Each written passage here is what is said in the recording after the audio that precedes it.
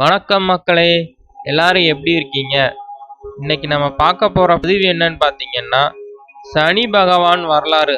ஆமா மக்களே, இது இந்து புராணங்கள்ல ஒரு முக்கியமான ஒரு கடவுள்னு பார்த்தீங்கன்னா நம்ம சனி பகவான் தான். ஏன்னா இவரோட தனித்துவம் பார்த்தீங்கன்னா நீதிக்கு அதிபதி, கர்மா பலனை தருபவர் என்று எல்லாராலையும் அழைக்கப்படுகிறாங்க. அதனாலேயே இவரை பார்த்தாலே சில பேர்த்துக்கு ஒரு பயம் ஏற்பட தான் செய்யும். ஏன்னா பாவங்கள் செய்வங்க தான் இவரை பார்த்து பயப்படுவாங்க.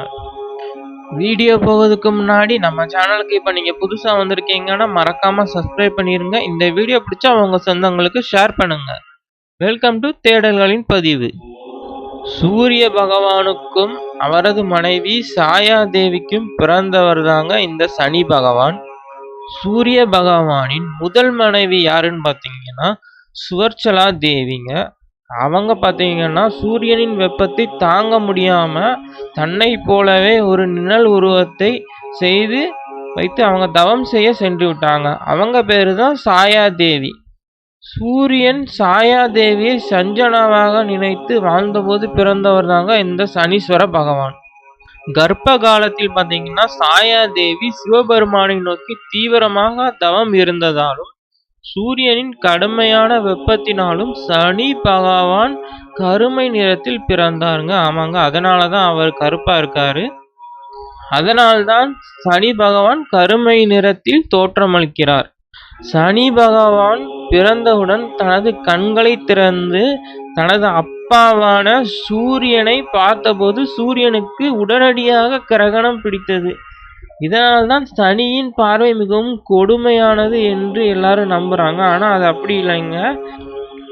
அவரவர் செய்த பாவத்தின் கர்ம வினையை அனைவரும் அனுபவித்தே ஆக வேண்டும் என்ற நீதியை நிலைநாட்டுவதற்காக பிறந்தவர் தாங்க இந்த சனீஸ்வர பகவான். அவங்க நீங்க எல்லாம் பாவம் பண்ணிட்டு கோவில்ல போய் என்னைய காப்பாத்துங்கன்னு என்னதான் பண்ணாலும் அந்த பாவத்தின் கர்ம வினை உங்களை வந்து அடைந்தே தீரும். சனி பகவான் துன்பங்களை தருவார் என்று அச்சப்பட்டாலும் அவர் யாருக்கும் தேவையில்லாமல் துன்பத்தை தரமாட்டார். அவர் நீங்கள் செய்யும் தவறுக்கு மட்டும்தான் அவர் கர்ம வினைப்படி துன்பங்களை தருவார். அது மட்டும் இல்லாம நீங்கள் செய்யும் நல்லதற்கும் அவர் தக்க பலனை உங்களுக்கு அளிப்பார். அதனால் நீங்க யாரும் பயப்பட வேண்டாம். ஏழரை சனியின் போது அவர் அளிக்கும் கஷ்டங்கள் மூலம் நீங்கள் ஒரு வாழ்க்கையின் தத்துவத்தையும் பொறுமையையும் உண்மையான ஞானத்தையும் அவர் உங்களுக்கு அளிக்கிறார். இவர் ஒரு ராசியை சுற்றி வர 30 வருடங்கள் எடுத்துக்கொள்வதால் இவரை மந்தன் என்றும் அழைக்கிறார்கள். சனீஸ்வர பகவான் பார்த்தீங்கன்னா சிறு வயதிலிருந்தே சிவனின் தீவிரமான பக்தருங்க. ஆமாங்க, அதனால அவரு சிவபெருமானை நோக்கி கடுமையா தவம் புரிந்து பல வரங்களை பெற்றார். அதுல முக்கியமானது என்னன்னு பார்த்தீங்கன்னா நவகிரகங்களில் நீதிமானாக திகழும் பொறுப்பு, மனிதர்கள், தேவர்கள், மும்மூர்த்திகள் உட்பட அனைவரின் கர்ம பலன்களையும் அலசி ஆராய்ந்து நியாயப்படி வழங்கும் அதிகாரமும் அவருக்கு இருக்குங்க. நீங்க நினைக்கலாம் தெரியாமல் செய்த தவறுக்கு எப்படி நமக்கு தண்டனை கிடைக்கும்னு.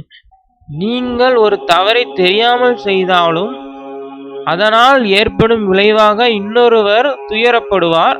அவரின் நியாயத்திற்காகவே அந்த கர்ம பலன் உங்களை அடைந்தே தீரும்.